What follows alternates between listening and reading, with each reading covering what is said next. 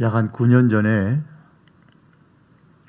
요한계시록에 대해서 총괄적으로 말씀을 드렸던 기억이 있습니다. 그래서 그 이후에 금요 기도회 때에 교리에 대해서 서론부터 신론, 인간론, 기독론, 구원론, 교회론에 대해서 제가 말씀을 순서대로 드렸습니다. 그리고 다음에 말씀드리기로 하고 종말론은 제외시켰었습니다. 왜냐하면 요한계시록에 대해서 총괄적으로 먼저 말씀을 드렸기 때문입니다. 이제 종말론에 대해서 마지막으로 말씀을 몇 차례에 걸쳐서 드림으로써 교리에 관한 부분들을 끝을 맺으려고 합니다. 이 조직신학의 이 교리는 몸에 비유하자면 뼈대에 해당되는 부분입니다. 뼈가 든든하게 세워져 있어야 몸이 균형 있게 건강할 수 있듯이 우리의 신앙에 교리가 든든하게 바로 정립되어 있어야 건강하고 균형 있는 신앙생활을 할 수가 있습니다. 특히 온갖 사상이 난무하고 신앙의 정체성이 흔들리는 오늘과 같은 이 시대에 더욱더 교리의 확고한 정립, 올바른 정립이 중요합니다. 말씀이 좋다, 은혜를 받았다라는 것으로 끝나면 안 됩니다. 이단도 우리가 사용하는 성경을 사용해서 공격을 합니다. 성경을 인용합니다. 그러므로 반드시 성경의 전반적인 내용에 비추어 볼 때에 말씀이 옳은가에 대해서도 생각을 해야 됩니다. 성경의 창세기부터 요한계시록의 전체의 말씀이 균형을 잘 이루어져서 내 안에 정립되어져 있어야 듣는 말씀, 읽는 말씀이 과연 성경적인 말씀인가 아닌가를 판단할 수 있는 힘이 생기게 되는 겁니다. 그래야 잘못된 신앙에 빠지지 않습니다. 성경의 전반적인 내용을 조직적으로 잘 정리한 것이 교리입니다. 따라서 말씀은 교리의 범주에서 벗어나면 안 됩니다. 아무리 은혜로운 말씀을 전하고 듣는다고 해도 그 말씀이 이 교리에서 성경의 전체적인 그 균형에서 벗어나게 되면 그것은 마치 오염된 물과 같습니다. 물은 물이지만은 오염된 물입니다. 아주 위험한 물이에요. 다 같은 물이라도 깨끗한 물을 마셔야 합니다. 특히 요즘은 정제된 물을 선호하죠. 말씀 역시도 깨끗해야 합니다. 말씀이 오염되면 안 됩니다. 그것을 분별할 수 있는 필터가 바로 교리입니다. 그러므로 교리의 중요성은 아무리 강조해도 지나치지 않습니다.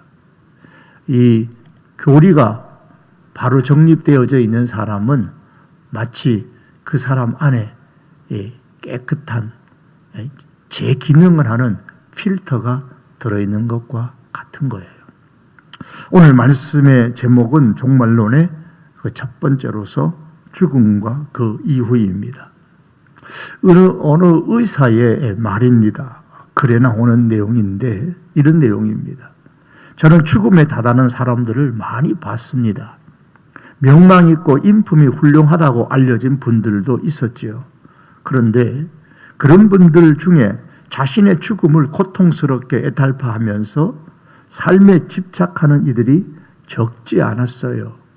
사람들이 본받고 싶어 한다는 분들이 생의 막바지에서 아우성 칠 때에 저는 인간에 대해서 회의를 느꼈어요. 라는 글을 보았습니다. 참 고매한 인격을 가지고 살다가도 죽음 준비 잘못하면 그 죽음 마지막 순간에 보고 싶지 않는 모습을 보게 되는 겁니다. 어느 형제가 야산에 올라 눈아래 보이는 시내를 바라보면서 형이 동생에게 이런 이야기를 했다고 합니다. 야야, 앞으로 10년 뒤에 내가 무엇이 되어 있을까를 항상 생각하면서 살아라 그랬습니다. 10년 뒤에 내가 무엇이 되어 있을까를 지금 항상 생각하라는 거예요. 여러분 10년 뒤에 무엇이 되어져 있을까요? 무엇을 하고 있을까요? 어떤 모습으로 하고 있을까요? 모두가 그런 것은 아니지만 대체로 젊은 분들은 자신의 10년 뒤를 생각하면서 이 땅에서 살 수 있겠지요. 지금보다는 나은 그런 삶을 기대하면서 말입니다. 하지만 나는 10년 뒤에 이 땅에 없을 거야 라고 생각하시는 분들도 계실 겁니다. 물론 자신의 생각과는 다를 수도 있지만 말입니다. 10년 뒤든 20년, 30년 뒤든 혹은 50년 뒤든 사람은 반드시 죽음 이후에 어디에서 무엇을 할지에 대해서 지금 이 세상에 있는 동안에 생각하며 살아야 합니다. 그래야 생의 마지막이 가까이 왔을 때에 이 땅에 집착하지 않고 아우성치지 않고 몸부림치지 않고 정말 멋있게 마지막 웃음을 지을 수가 있을 것입니다. 죽음은 죽음 이후에 준비하는 것이 아니라 죽기 전에 준비해야 합니다. 그래서 웰빙보다 웰다잉이 더 중요하다라고 요즘의 사람들은 말합니다. 때가 되었다고 해서 그냥 죽으면 안 됩니다. 잘 죽어야 합니다. 잘 죽으려면 죽음 준비를 평소에 잘 해야 합니다. 성경은 말씀합니다. 내가 흙으로 돌아갈 때까지 얼굴에 땀을 흘려야 먹을 것이니 내가 그것에서 취함을 입었습니다. 너는 흙이니 흙으로 돌아갈 것이니라 하시니라. 이 말씀은 죄로 말미암아 하나님께서 인간에게 내린 심판으로서 흙으로 지음 받았으니 흙으로 돌아가라라는 겁니다. 즉 죽음입니다. 따라서 인간의 몸이 흙으로 돌아가는 것, 즉 죽음은 죄에 대한 결과입니다. 그래서 성경은 이렇게 말씀합니다. 전도서 3장 1절과 2절에 보면 천하의 범사가 기한이 있고 모든 목적이 이룰 때가 있나니 날 때가 있고 죽을 때가 있다고 했습니다. 한 번 죽는 것은 사람에게 정하신 것이요 그 후에는 심판이 있다고 했습니다. 모든 사람이 다 죽는데 성도가 죽으면 몸은 흙으로 돌아가고 영혼은 천국으로 들어갑니다. 그러나 예수님 밖에 있는 사람이 죽으면 몸은 흙으로 돌아가고 그 영혼은 하나님과 영원히 분리되어 지옥으로 들어갑니다. 요한계시록 20장 14절과 15절의 말씀입니다. 사망과 음부도 불못에 던져지니 이것은 둘째 사망 곧 불못이라 누구든지 생명책에 기록되지 못한 자는 불못에 던져지리라. 자, 이 말씀에 지옥을 불못이라 그랬습니다. 왜 지옥이 불못일까요? 예수님의 말씀에 나온 부자가 지옥에서 내가 이 불꽃 가운데서 괴로워하나이다 라고 한 것처럼 지옥에는 불꽃으로 타는 곳이기 때문입니다. 마가복음 9장 48절에 예수님은 지옥에 대해서 거기에서는 구더기도 죽지 않고 불도 꺼지지 아니하느니라고 했고 또한 49절에 보면 사람마다 불러서 소금치듯 함을 받으리라 그랬습니다. 다 여기 보면 불이라는 것과 지옥이라는 것이 같이 나옵니다. 제가 전에 일전에 말씀드린 것처럼 삼겹살에 소금을 발라 불에 굽는 것처럼 지옥은 불못이기 때문에 마치 사람의 몸에 불을 발라 놓은 듯합니다. 그런데 구더기도 죽지 않는다고 했으니 사람이 불에 타 죽지는 않습니다. 고통만 더할 뿐입니다. 그래서 지옥에 간 부자는 내가 이 불꽃 가운데서 괴로워하나이다 라고 했던 겁니다. 지옥이 있느냐 없느냐 이런 것에 대해서 우리는 논쟁하지 말아야 합니다. 사랑의 하나님께서 지옥을 만드실 리가 없다고 말하지 말아야 됩니다. 하나님은 사랑의 하나님인 동시에 공의의 하나님이십니다.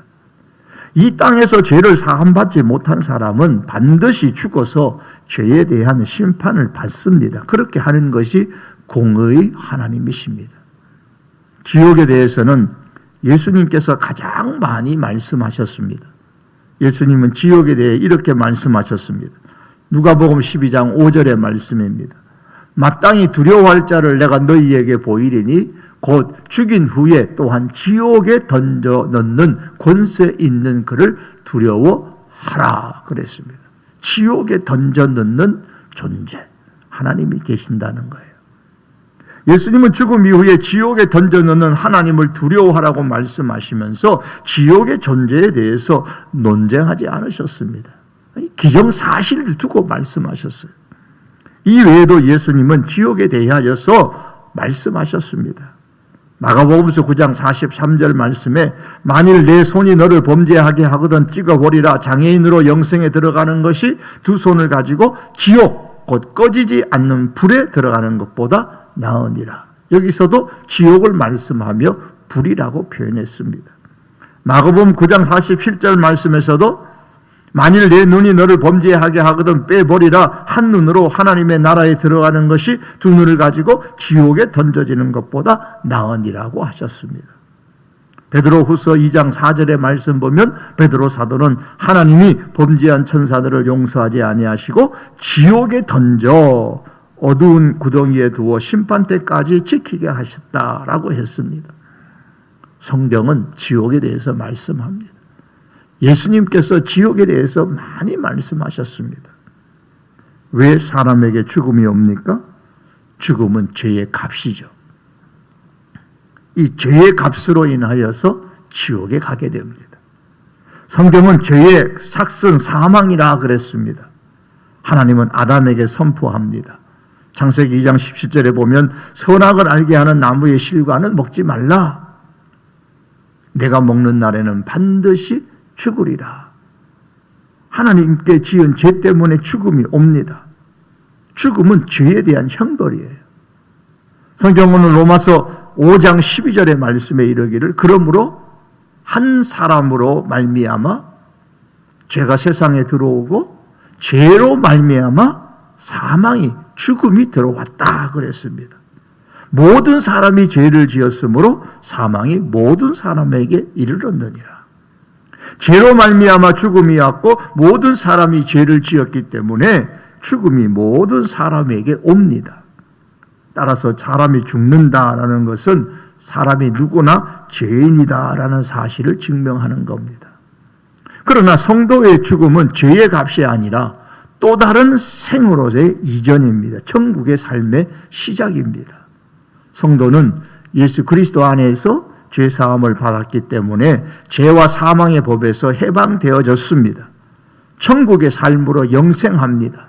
그래서 로마서 8장 1절과 2절에 보시면 그러므로 이제 그리스도 예수 안에 있는 자에게는 결코 정죄함이 없나니 이는 그리스도 예수 안에 있는 생명의 성령의 법이 죄와 사망의 법에서 너를 해방하였음이라고 했습니다. 사람이 죽은 이후에 어떻게 되느냐? 출생 이후 인간의 생애를 보면 3단계가 있습니다. 첫 번째 단계는 출생부터 죽음까지입니다. 이 세상에서의 삶이죠.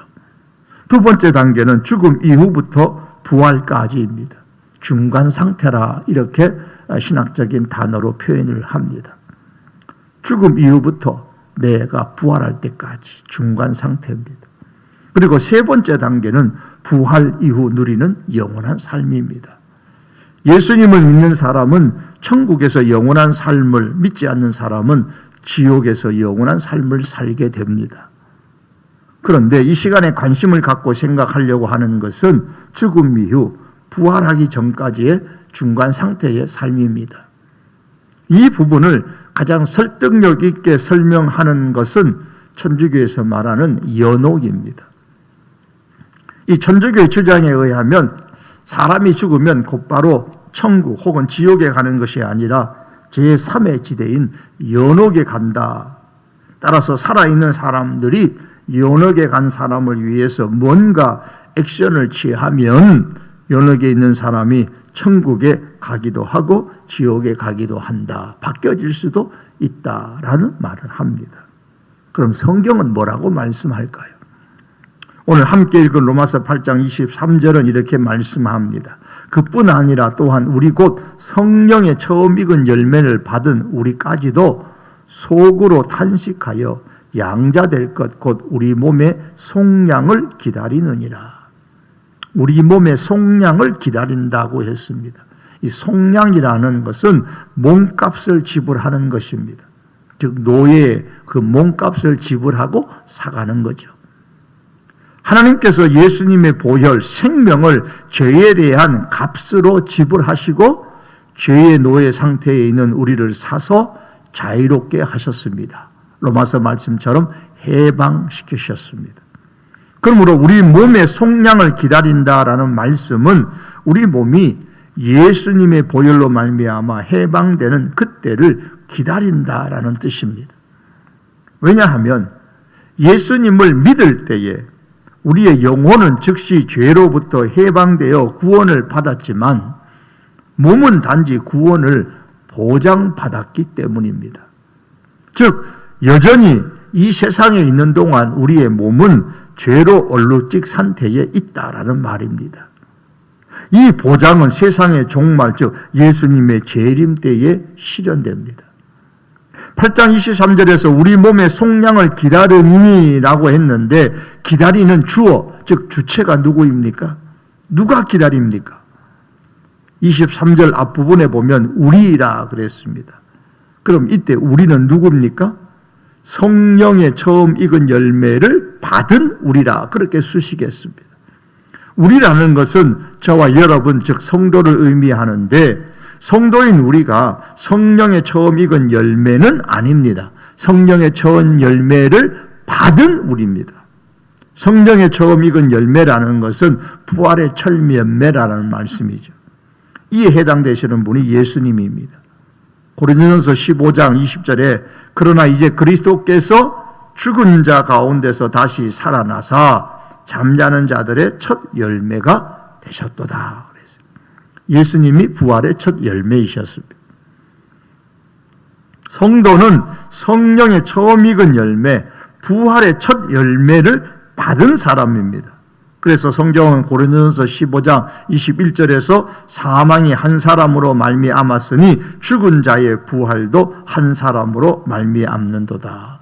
죽은 자의 부활, 즉 성도의 부활은 한 사람, 부활의 첫 열매가 되시는 예수님으로 말미암는다라고 했고 그 다음에 말씀에 22절에 보면 아담 안에서 모든 사람이 죽은 것 같이 그리스도 안에서 모든 사람이 삶을 얻으리라 그랬습니다. 성도는 예수님으로부터 부활 생명을 받은 사람입니다. 성령의 첫 열매를 받은 부활 생명을 받은 사람입니다. 그래서 그리스도 안에서 부활의 삶을 얻습니다. 죽음 이후에는 부활의 삶을 얻은 우리가 우리 몸의 속량을 이제 기다리는 거예요. 언제까지 기다리느냐? 세상의 종말, 즉 예수님의 재림 때까지 기다립니다. 우리 몸이 없는데요. 뭐 흙으로 돌아가고 다 부패하고 썩어 없어지고 다 없습니다. 화장하고 불태워버리고 없습니다. 그러나 창조하신 하나님은 우리 몸을 다시 부활하시게 하실 수가 있으십니다. 어디서 기다릴까요? 오늘 핵심은 이 내용이죠. 웨스트민스터 신앙고백서 32장 1절에 보면 이렇게 말씀합니다. 인간의 육체는 죽은 후에 흙으로 돌아가 썩어진다. 그러나 결코 죽거나 잠들지 않는 그들의 영혼은 불면의 본질을 가지고 있으므로 그것을 주신 하나님께로 즉시 돌아간다. 의인의 생영혼은 그때 거룩함으로 완전하게 되어 지극히 높은 천국에 영접되며 거기서 빛과 영광 가운데 계시는 하나님의 얼굴을 배우며 육체의 완전한 구속을 기다린다. 그러나 악인의 영혼은 지옥에 던져지며 거기서 고통 속에 지내면서 최후 심판을 위해 유보되어 있는 것이다. 육체로부터 분리된 영혼이 가게 될 이 두 장소, 천국과 지옥 이외에 성경은 어떤 것도 인정하고 있지 않다고 했습니다. 천주교에서 주장하는 연옥이라는 것은 없다라는 말입니다. 지금 죽으면 우리의 영혼은 천국으로 곧바로 갑니다. 중간에 뭐 여기 연옥이라는 역을 거쳐서 가는 게 아닙니다. 천국으로 바로 간다라는 말씀입니다. 과연 정말 연옥이 없는 것일까요? 성경은 말씀하죠. 요한계시록 14장 13절에 또 내가 들으니 하늘에서 음성이 나서 이르되 기록하라. 지금 이후로 주 안에서 죽는 자들은 복이 있도다 하시며 성령이 이르시되 그러하다 그들이 수고를 그치고 쉬리니 이는 그들의 행한 일이 따름이라. 쉰다 그랬어요. 주 안에서 죽은 자들은 쉰다. 수고를 거치고 쉰다 그랬어요. 반면에 요한계시록 14장 1절에 보면 11절에 보면 짐승과 그의 우상에게 경배하고 그의 이름표를 받는 자는 누구든지 밤낮 쉼을 얻지 못하리라 그랬습니다. 죽은 이후에 쉼을 얻는 사람이 있는 반면에 쉬지 못하는 사람이 있습니다. 밤낮 쉼을 얻지 못합니다. 이들의 영혼은 지옥에 가 있기에 불못에 가 있기에 쉴 수가 없는 거죠. 여기서 쉰다라는 말은 안식을 얻는다라는 뜻입니다. 시편 62편의 1절의 표현대로 하면 하나님을 바라본다라는 뜻이기도 합니다. 그럼 죽음 이후 성도의 영이 연옥이 아니라 천국에 있다는 것을 어떻게 알 수 있을까요? 요한계시록 14장 1절입니다. 죽음 이후에 우리의 몸은 흙으로 돌아가고 부패하여 없어지고 영은 천국에 가는데 그 천국에 있다는 것을 어떻게 아느냐? 요한계시록 14장 1절에 보면 또 내가 보니 보라 어린 양이 시온산에 있고 그와 함께 14만 4천이 서 있는데 그들의 이마에는 어린 양의 이름과 그의 아버지의 이름을 쓴 것이 있더라 그랬어요. 이 말씀에 의하면 누가 어린 양과 함께 서 있습니까? 14만 4천입니다. 어린 양이 시온산에 섰고 그와 함께 즉 어린 양과 함께 14만 4천이 서 있다 그랬어요. 14만 4천이 서 있는 장소가 어디냐면 어린 양과 함께 서 있는 거예요. 이 어린 양은 당연히 요한계시록에서는 예수님을 의미하죠. 14장 3절에 보면 그들이 즉 14만 4천 명이 새 노래를 부르니 땅에서 속량함을 받은 14만 4천 밖에는 능히 이 노래를 배울 자가 없더라 그랬어요. 땅에서 속량함을 받은 사람이에요. 속량함을 받은 14만 4천이라 그랬어요. 14만 4천 명은 땅에서 속량함을 받은 사람. 이들이 하늘에서 새 노래를 부릅니다. 4절에 보시면 14장 3절에 4절에 보시면 이 14만 4천 명은 어린 양이 어디로 인도하든지 따라가는 자며 속량함을 받아 하나님과 어린 양에게 속한 자들이라 그랬어요. 이 14만 4천 명은 속량함 받은 자요 어린 양, 즉 예수님이 어디로 인도하든지 따라가는 자고 하나님과 어린 양에게 속한 자라 그랬습니다. 14장 12절에 성도들의 인내가 여기 있나니 그들은 하나님의 계명과 예수에 대한 믿음을 지키는 자니라. 그들 14만 4천 명은 하나님의 계명과 예수에 대한 믿음을 지키는 자라 그랬습니다. 그리고 14장 4절에서는 이 14만 4천 명을 어린 양의 인도하는 대로 따라가는 자라고 했고 하나님과 어린 양에게 속한 자라고 했고 12절에서는 성도를 일컬어 하나님의 계명과 예수에 대한 믿음을 지키는 자라 그랬습니다. 그렇다면 이 14만 4천 명은 누구를 가리키는 것일까요? 성도들이죠. 성도들을 말합니다. 그러면 성도 14만 4천 명을 의미할까요? 14만 4천 명의 성도를 의미할까요? 그거 아닙니다. 결론적으로 먼저 아닙니다. 왜냐하면 14만 4천이라는 요한계시록 7장에 먼저 나오는데 이 숫자가 14만 4천 요한계시록 7장에 있는데 거기에 보면 이스라엘 지파 중에서 각각 1만 2천 명씩 해서 도합 14만 4천이라는 숫자가 나왔습니다. 그런데 요한계시록 7장 9절에 보면 이 14만 4천을 일컬어서 각 나라와 족속과 백성과 방언에서 아무도 능히 셀 수 없는 큰 무리, 아무도 능히 셀 수 없는 큰 무리가 나와서 흰옷을 입고 어린 양 앞에 서서 큰 소리로 찬양한다 그랬습니다. 14만 4천 명은 아무도 셀 수 없는 큰 무리를 의미하는 것이지 14만 4천 명 그 숫자를 의미하는 게 아니라는 거예요. 그들의 특징은 흰옷을 입었고 어린 양 앞에 서서 큰 소리로 찬양하는 사람들입니다. 그리고 계시록 7장 14절 하반절에 보면 어떻게 흰옷을 입게 되었는 것을 설명하는데 이 14만 4천 명은 어린 양의 피에 그 옷을 씻어 쉬게 하였느니라 라고 계시록 7장 14절에 말씀합니다. 어린 양의 피에 그 옷을 씻어 쉬게 하였느니라.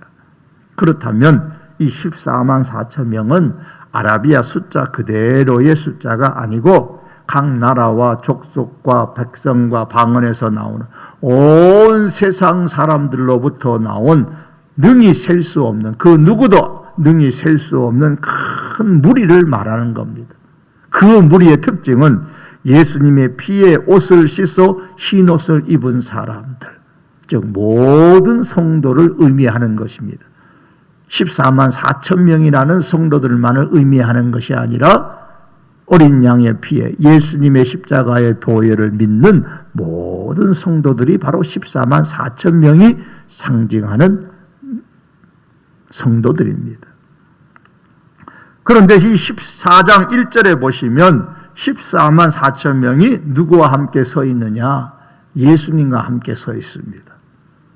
부활하시고 승천하시고 이후에 예수님께서 어디에 계시죠? 부활하신 예수님, 승천하신 예수님이 연옥에 계십니까? 아닙니다. 천국에 계십니다. 왜냐하면 연옥에는 하나님의 보좌가 없어요. 하나님의 보좌 우편에 계시는 예수님인데 예수님은 연옥이 아니라 천국에 계시는 분이에요. 그런데 14만 4천 명 성도들은 예수님과 함께 서 있는 존재. 그럼 어디에 있어야 됩니까? 천국에 있어야죠. 에베소서 2장 5절과 6절에 보면 허물로 죽은 우리를 그리스도와 함께 살리셨고 또 함께 일으키사 그리스도 예수 안에서 함께 하늘에 앉히시니 라고 했습니다. 그리고 예수님께서 십자가에 달리셨을 때에 한편의 강도에게 말씀하셨습니다. 내가 진실로 내게 이르노니 오늘 내가 나와 함께 낙원에 있으리라. 어떤 분은 이 낙원을 일컬어서 천국에 가기 전에 장소다 그렇게 말하는데 그럼 예수님께서 승천하신 이후에 천국에 가기 전에 다른 장소에 머무셨다는 말입니까? 분명히 예수님과 함께 낙원에 있을 것이라고 하셨습니다. 예수님이 천국에 계시니 성도들이 있는 것도 천국입니다. 예수님을 믿는 사람이 죽은 이후에 곧바로 가게 되는 그의 영혼이 가게 되는 것은 연옥이 아니고 천국입니다. 천국에서 몸의 완전한 속량의 때를 기다립니다. 왜요?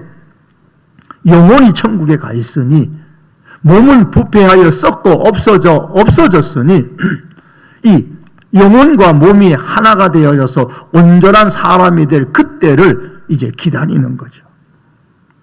기다리는 사람들이 예수님의 재림 시에 다시 일어나게 되는 겁니다. 데살로니가전서 4장 16절과 17절에 주께서 호령과 천사장의 소리와 하나님의 나팔 소리로 친히 하늘로부터 강림하시리니 그리스도 안에서 죽은 자들이 먼저 일어나고 그리스도 안에서 죽은 자들 예수님을 믿고 죽은 사람들이 먼저 일어난다. 언제? 예수님 재림하실 때에. 그리고 그 후에 우리 살아남은 자들도 예수님 재림하실 때에 살아있는 사람들도 그 다음에 그들과 함께 구름 속으로 끌려올려 공중에서 주를 영접한다 그랬습니다. 그렇게 해서 항상 주와 함께 있으리라 그랬습니다. 완전한 몸, 없어졌던 그 몸과 천국에 있는 우리의 영이 다시 하나가 되어져서 고린도전서 15장의 말씀처럼 온전한 사람이 되어져서 신령한 몸을 갖고 영광스러운 몸을 가져서 온전한 사람이 되어져서 영원한 삶을 천국에서 살게 되는 겁니다. 사랑하는 성도 여러분, 이제 말씀을 맺습니다. 우리가 10년 뒤 혹은 20년 뒤 혹은 30년, 50년 뒤에 우리가 있을 곳은 예수님과 함께 영원한 천국입니다. 우리가 죽으면 오늘 밤에 죽어도 내일 아침 우리가 있을 곳은 우리의 영은 연옥이 아니고 천국입니다. 천국에 가 있습니다. 그곳에 있기 위하여서 지금 준비해야 됩니다. 예수님은 노아의 때와 롯의 때를 설명하면서 생의 마지막 날, 세상의 마지막 날을 준비하며 살라고 하셨습니다.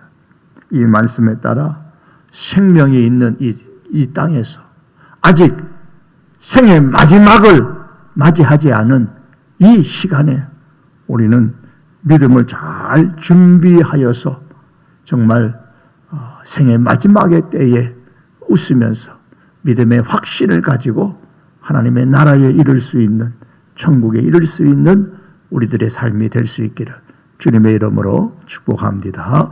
기도하시겠습니다.